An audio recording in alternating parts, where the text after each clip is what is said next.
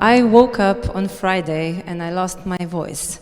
So I was quiet for the whole weekend, which made my husband really happy, but not me, because I was really scared that I won't be able to participate at this conference. Well, after gallons of teas and COVID tests, I'm here today and I'm really, really happy. But I do apologize for my voice. I promise you that I won't sing to you, at least not today, maybe tomorrow. So I'm Nina Jelen. I work in primary school Ivana Skvarče Zagorje. It's a little town. Now I teach 5th graders.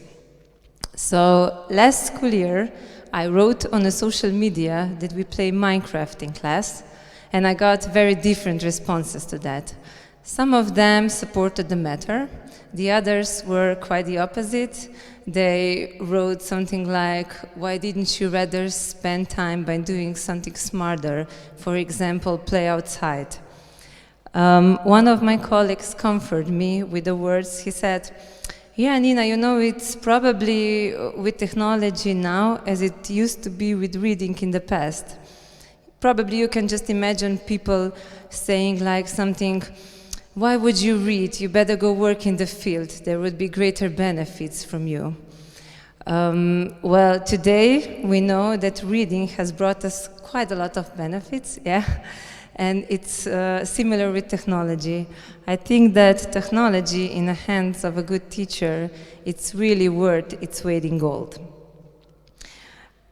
It's a fact that teachers have been heavily empowered by technology, by knowing technology, online gadgets, online apps in these past 2 years. But it seems that we use that more when we're at remote teaching and a little less while we're in the class. And why is it even so necessary to pass this knowledge to children? Many times I hear that we need to go back to basics, back to nature, that we lost this connection with nature. And if we are thinking about everything that is going around the world right now, it's probably true. But technology is here and it probably won't just go away. So let's use it to connect the world, let's use it to connect the children and the world, let's use it to teach sustainably and to teach globally. At the moment, I think that we teachers and parents have a really big task to do. We need to raise our children who will be receptive to the world around them, both to the nature and the people, and at the same time, we need to teach them to live in the modern world. Right now, we are raising our children for professions that probably don't even exist yet. And if we want them to develop skills that they will one day need, to collaborate, to be innovative, to be creative, we also need them to teach about how to use technology. And when you are using technology in class, you can also teach them about internet safety and behavior online. I accept the distance learning as a kind of challenge, and we did 101 things with my children. I made lots and lots of videos. I consider myself as a film star at that moment. We dressed in different costumes, like almost every day. Here we were detectives who are looking for symmetrical things in our flats. Here we were playing a game Among Us. I found out that children really love to play this game, so I tried to play with them, and then I turned this game into a lesson, which was really, really fun, and I use it now in a class also. I made lots of escape rooms, which was really good for my writing soul, so I could express myself here. And we did lots of live events online where the whole school participated. So the children really love that, and they are also begging me this year that we are doing this again, like this talent show. It was really, really cool. Yeah, but also now that we are not at remote teaching, we are using technology in a class. Of course, carefully selected, planned with meaningful goals. So the children will know more about technology than just scrolling through TikTok. For example, sometimes we use it to express our opinion. Here we are use it to share the experience and also to motivate children to get some pre-knowledge, to get some answers from them, which maybe they won't tell me in person, but here it was easier for them. And this, the last one wins, I think. What would you tell grown-ups if they would listen to you? And one of them responds, nothing, because they do listen to me, which was really nice. We also, I really love to use Teams because they give you lots of opportunities for personalization, individualization, and differentiation. For example, we did this in school, and the students could also look at the same thing at home. They can even rewind it and look from the beginning. And it's a really good thing that Teams changed my font to readable font, because one that I wrote, it's not so nice. Yeah, and I would like to present to you how, for example, we learned about romance. First of all, we went outside the school and we spun the time machine. We did it in the way, like they were running 7 laps, then they were holding hands, we gave each other high fives, then they closed their eyes, and when they opened it, they found themselves in arena. There was, I picked one child who was Julius Caesar. Then there were gladiators. We even made gladiators fight. We even had lions, which was really interesting. After that, we went to our class, and they wrote in Teams some keywords they already know about romance. Then I asked them, why are we even learning about romance? And they got very different responses, like because we need to know about history, romance affected our present, and none of them said that it's for grades, so this made me really happy. The next step was to get their interests, so they wrote keywords about they want to know about romance, what they would like to know more, and they wrote something like, I want to know more about women's, about army, about their architecture. And later I divide them into groups by their interest. So they were highly motivated because they were in a group that supported their interest. They could even choose if they want to work in pairs or individually or in a group. We also set up criteria about what do we want to know, how are we going to do it. And then they made presentation. They were working in a group, and they could do everything they want. Some of them made PowerPoints, some of them made puppets, some of them, there were girls coming into our class in togas, like they were really, really creative. They could search for informations online. They could go to ask some adults or in a book. We even went to our principal, who is a teacher of history, so she was really happy that we used her. So this was their work. They prepared some gladiator fights and did some swords at home. Yeah. The next lesson we had, it was about Middle Ages. I started this lesson by flipped classroom.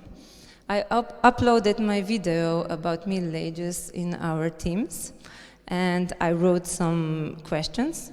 They had to watch the video so they could answer their question.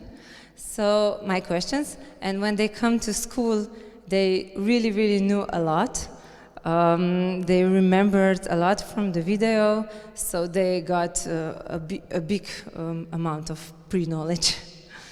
Then later we did almost the same thing as we did with Romans, but we also visited the castle nearby.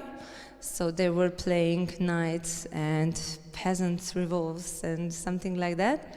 And at the end of lessons, we went to our computer place, and we made a castle in Minecraft all together. So they said that was the best day in a school. So you see that we did lots of quite smart things, yeah, and that we didn't waste our time. We also used technology.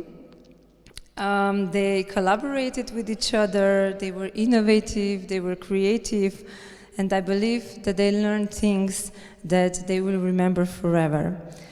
So just to conclude, like many teachers, I also love chalk and the board. But I think that it's also technology that sometimes make wonders in our class. So thank you.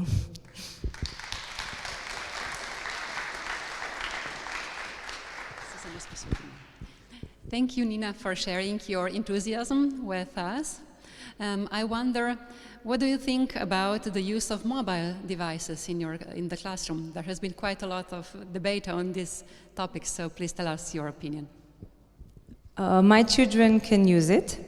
When we had parents' meeting, we discussed about it, and I said that it's the easiest way to use technology if they use their own phones. So our parents agreed, and we have quite a lot of rules about using their phones in a classroom. But I think it's a good thing that they use it because they know why they have phones now. They are 5th graders and they know how to scan code, how to go to Padlet, how to use Teams, and I don't know, I think that, I know the teachers are sometimes worried about using that, but I think that if you set up a good rules, that children follow them. Thank you. And do we have some questions from the audience?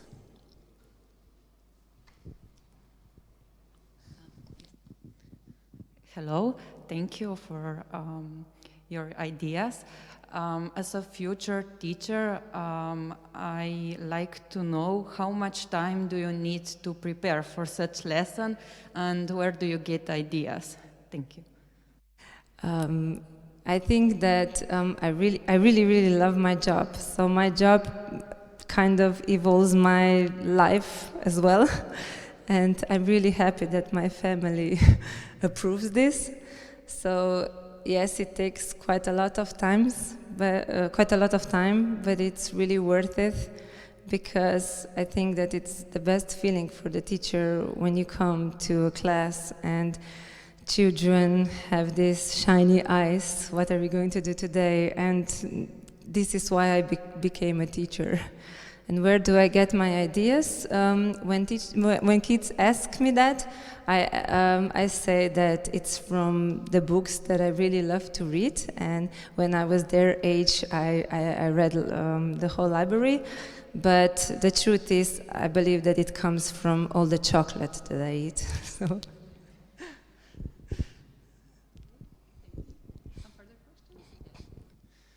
Yes, thank you. I wonder, I work in high school, and you mentioned flipped classroom. And I asked my students, how do they feel comfortable with using, for example, different videos at home to prepare for classes? Most of them answered that they are not actually engaged in doing so. How did your students respond to such way of learning? I did the video, not children. So I don't believe in a lot of homeworks, I have to say. So I think that most of the things that we do in school. So I don't really force children to make videos or something at home. When we are making some videos about some things, we are always doing it in school. So, I don't know. But they were mostly happy with flipped learning system, or did they feel like that's not for me? They all did their homework, so they just had to watch my video and answered few questions.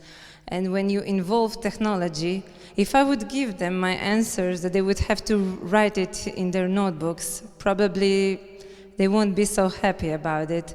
But when I used Teams and they just needed to write short answers in it, they all did it and there was no complaining.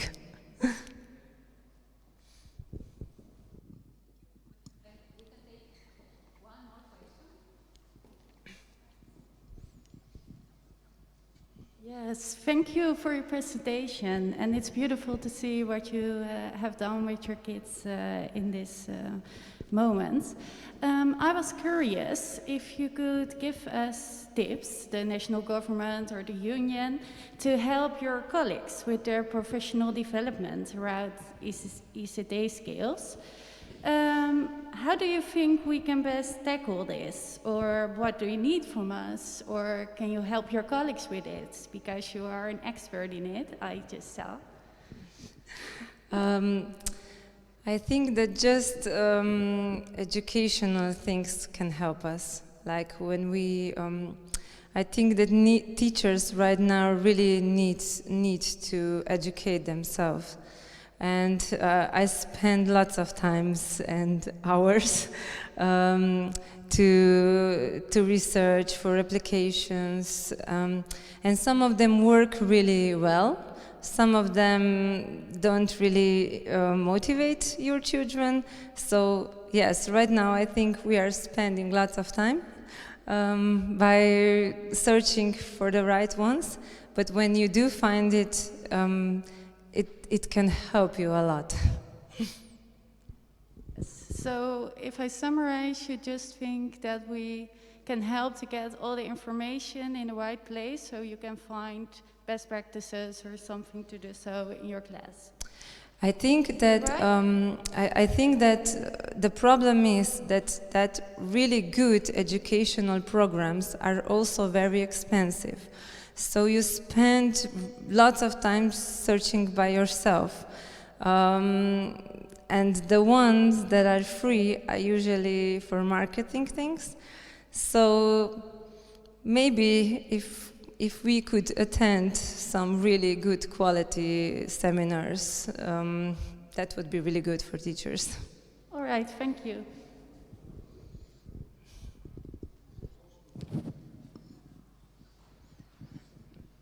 Good morning and congrats for your excellent work. We admire that, and I wish you keep going this way. I'd like to ask you if it's logical, I think, to assume that all your children hadn't the same access to technology and the quality of devices. And my question is, how you manage to handle these issues, quality issues, or the lack of devices, for example, and how you handle it and how you overpass inclusion difficulties. Mm-hmm. Or inequality. Yes, understand. Thank you. As I said, I really love to do all the work in school. So if we use phones and there is a child who doesn't have it, I sometimes made pair work or a group work and they can only use one device. Sometimes I go and borrow some tablets that we have in school. So I also told parents that they don't need to buy phones for their children just to use it in the class, that we will manage to do it with the phones and all the technology that we have. But it's a good thing that our school gives you the opportunity to borrow the tablets for a lesson or something. So we can do it. Okay, thank you, Nina. We also have one online question this time, I think. Sonia, is this right? What about parents' opinion and cooperation with them? When I explained parents that I think it's a good thing that children learn some other thing, just as I said, going on TikTok and social media, they were all up for it. So there was no complaints till today. So I hope it will stay like this. Thank you so much for sharing your ideas, your enthusiasm with us, and best wishes for your future work as a teacher in elementary school. Thank you so much. Thank you very much.